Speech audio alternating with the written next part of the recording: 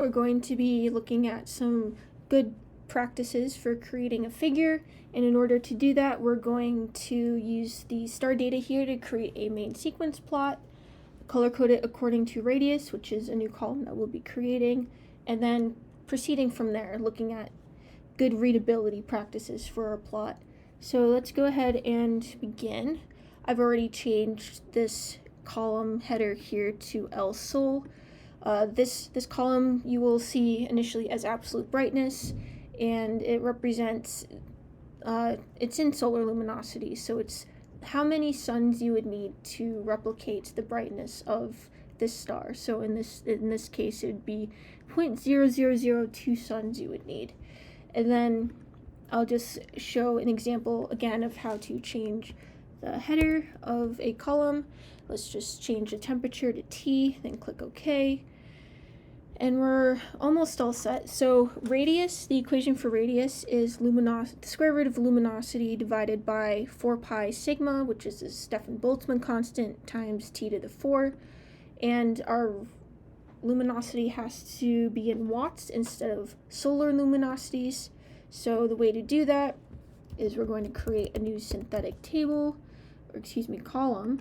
And then our expression here, we're going to be taking our solar luminosity column, multiplying that by the luminosity of the sun in watts, which is 3.85 times 10 to the 26, like so.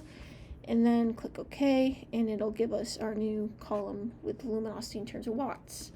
And then now what we're going to do is create a new synthetic column with the radius, and this is going to be in units of meters. And in order to do this, it's going to be a bit more involved. So it's the square root of luminosity in watts divided by 4 times pi times the Stefan-Boltzmann constant, which is 5.67 times 10 to the negative 8, times T to the 4, which is pow T comma 4. And then click OK. That's just the Java notation to add some mathematical expressions, and now we have the radius column in terms of meters. Go ahead and close this and open the plot here. Drag this over. So what we're going to do is we're going to put T on the x-axis, and Y we can either do luminosity in terms of watts or solar luminosities. I'm just going to do solar luminosities. And then notice that most of the points here are sort of clustered toward the bottom. And the way to fix that, remedy it, make it a bit more readable, is to go to axes here and change both of these to log.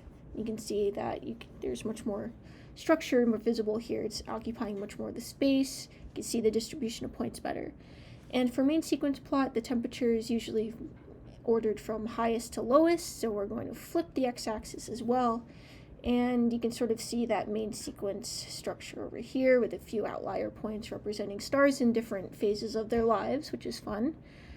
We can also go ahead and change the labels of our axes to something a bit more helpful. So the way we're going to do this, especially for the Y labels, we're going to use LaTeX notation. And you don't have to know all of LaTeX in order to do this. Just a few little tidbits that I'll introduce to you. So in LaTeX, this represents a space. So we're adding that wherever we have to add spaces in between things.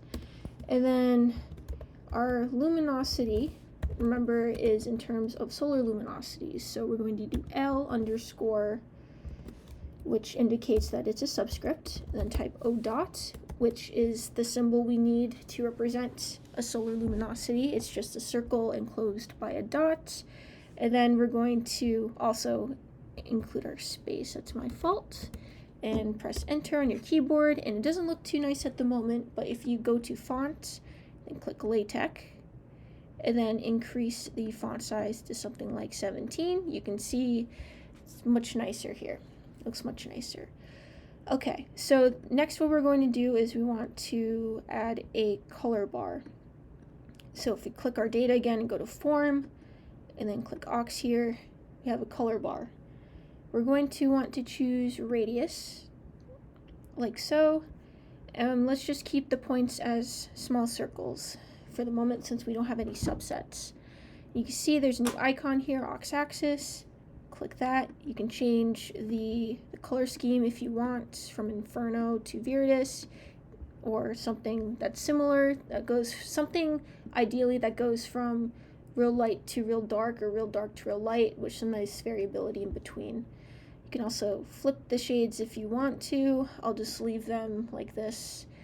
And then notice that most of the points down here are real dark. They're closer to 10 to the 10. And there are a few that are much higher that are really driving the scale of this. So what we can do is, again, change to log scale. Notice there's much more variability here. Just for my purposes, I am going to change to Viridis because I like Viridis. Okay, and then let's also change the label of our color bar, because currently it doesn't have any units. So we have it in meters, so we can just type something like this, press enter, and it changes the label for us. The final bit that we're going to need is the title. So click frame and then title, choose something real nice like main sequence colored according to radius, and then press enter.